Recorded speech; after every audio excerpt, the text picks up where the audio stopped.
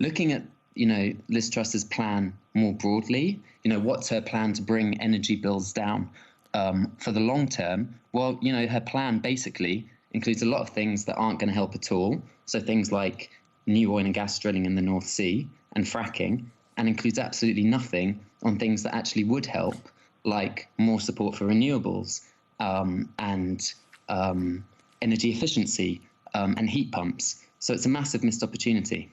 Talk us through then why you think that new exploration in the North Sea will not bring energy bills down.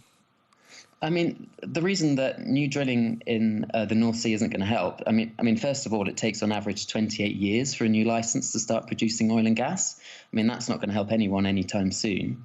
Then, once that oil and gas actually does come online, we'll find that the oil and gas doesn't belong to the UK. It belongs to private companies like Shell and BP. And what they'll do is they won't reserve that oil and gas for the UK and sell it to households at affordable prices. They're going to simply sell it on the international market to the highest bidder. So do absolutely nothing to lower bills. The way to lower bills is to end our dependency on fossil fuels.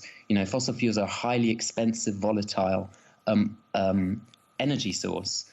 And the way we end that dependency on fossil fuels is by doubling down on cheap, homegrown renewable energy, and by tackling the huge amount of energy waste in our homes through insulation and heat pumps. Yeah, but we do need to make sure that more of the oil and gas that we use is from domestic sources. Obviously, the crisis in Ukraine has illustrated the need to do that, because we do import at the moment, don't we?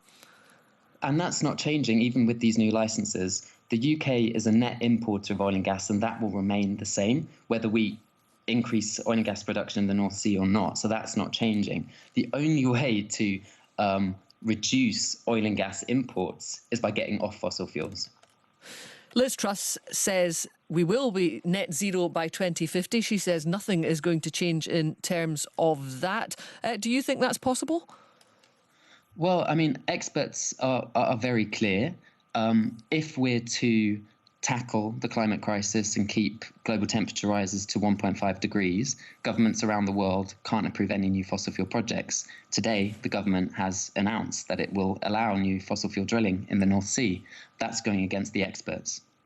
OK, well, thank you very much for speaking to us this lunchtime. That's Philip Evans, who's North Sea energy transition campaigner with Greenpeace.